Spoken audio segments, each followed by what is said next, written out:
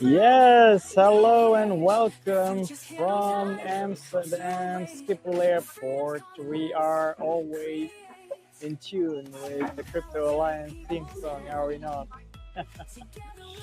All right, let's get this show started. While I was on the airplane, a lot happened.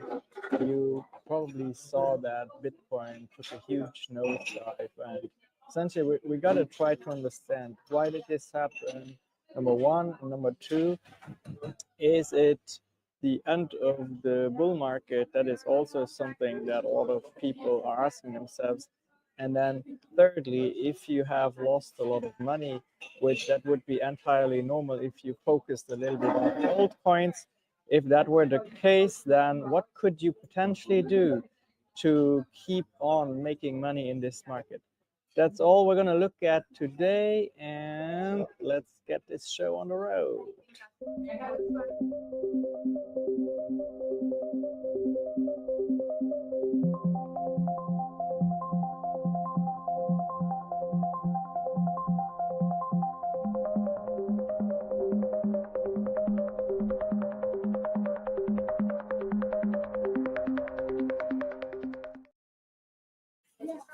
All right, here we go. My name is Shankar Ponsale, and I believe in freedom through crypto. Absolutely.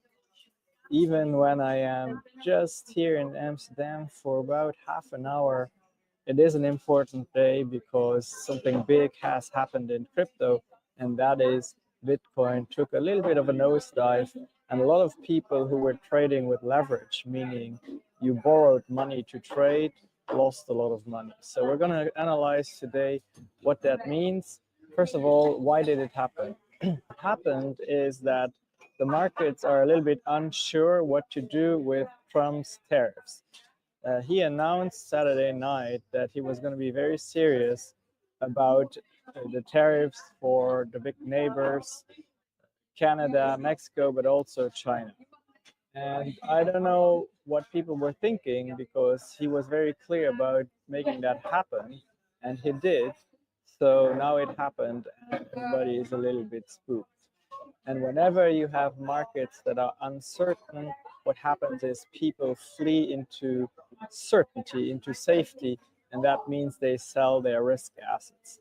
Now, the highest risk asset you can have is an altcoin, which is why altcoins really suffered. I've seen down trends 20, 30, 40% down, really bad.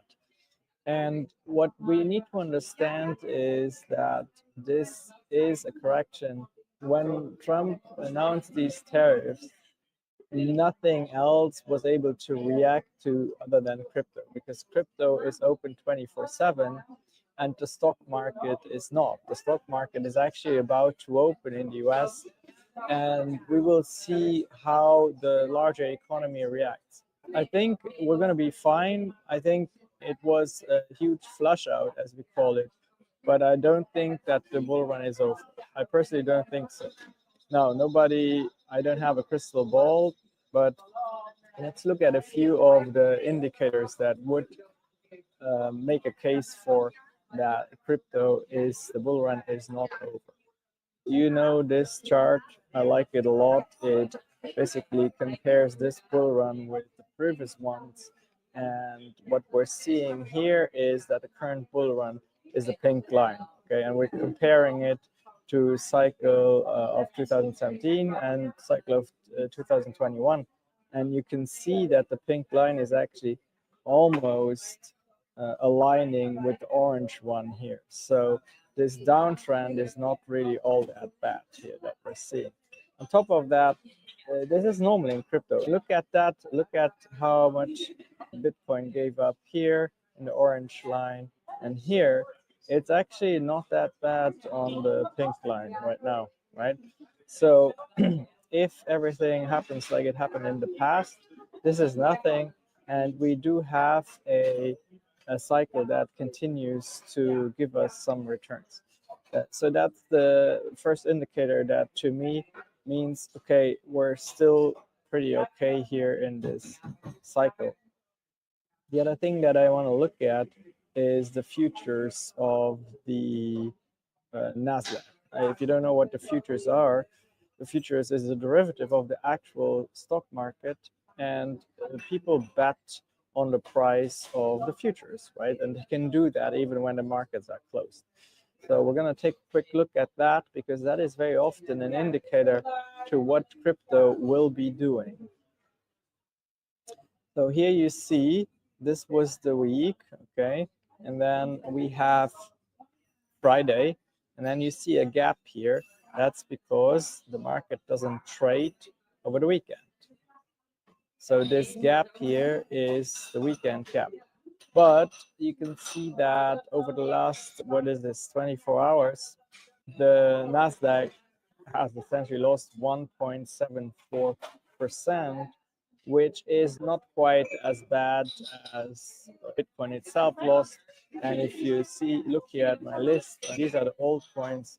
As I told you, some of them, they're like regaining a little bit of strength right now, but some of them lost 20% or so. This is with definitely the meme coins lost a lot as well. So because this is quote unquote only around 1.7% and Bitcoin already gave away so much, I believe we're going to be fine. But let's take a look at Bitcoin itself, because that is really where it's at, right? That is really important to look at. Okay, so we have Bitcoin here. And what I want you to know is that crypto typically bounces up and down between ranges.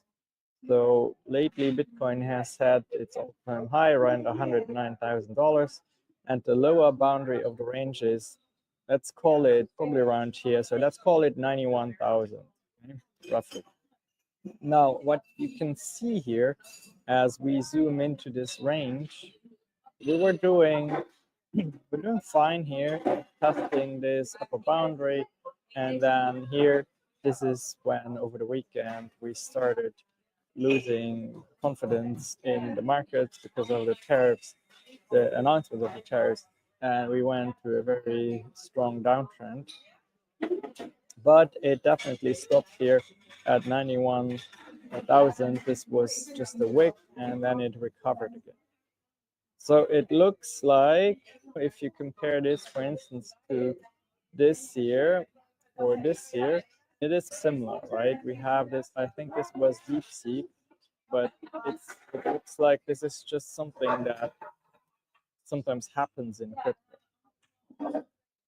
Now, there's a few scenarios if when the markets open, there's not a major catastrophe. I personally believe that we will just do something like this, okay? We'll go to the middle of the trend here, of the range, and then maybe it's entirely possible that we'll test the lower boundary again, and then we'll go higher low, something like this, okay? Test this maybe one more, maybe twice, and then up. I think this is entirely possible that this scenario happens, right?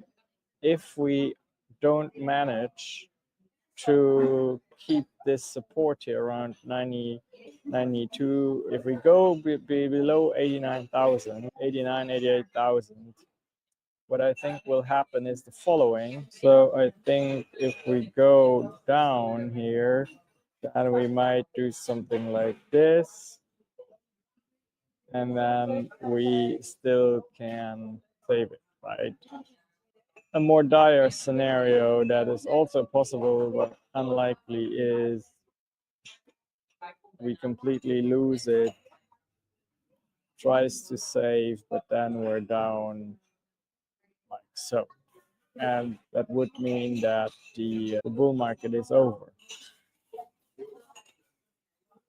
So what you have to do today is take a close look at this range and see if we can defend the lower boundary, the resistance. Possibly we're not even going back to it anymore, but I wouldn't be surprised if this wick would be filled. That could be possible, right?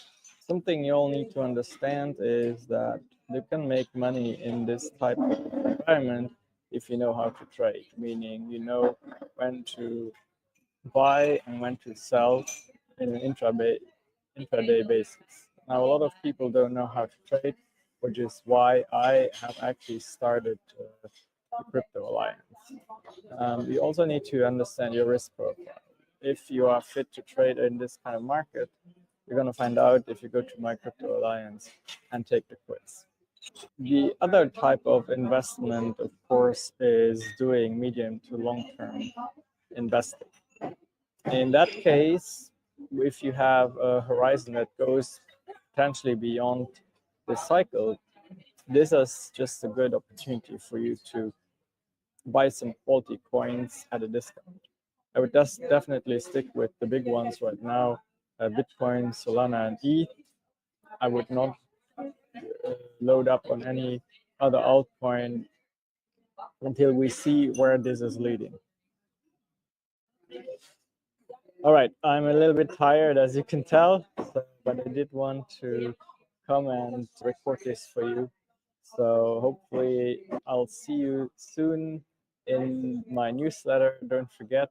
Also, if you join mycryptoalliance.com, what I'll do is I'll send you a welcome video that shows you how you can start DCing Bitcoin in a beginner-friendly way. DCing Bitcoin is, in my opinion, always a good idea for your retirement, supercharging your retirement. It is not replacing your retirement plan, but it is supercharging it, because I still believe that between now and the early 2030s, Bitcoin will go to $1 million. And if that is indeed the case, then we are all winners. All right, thank you so much. I'll come back when I have slept a little bit more. And this was Shanka Ponsley from Amsterdam this time. After a long transatlantic flight, well,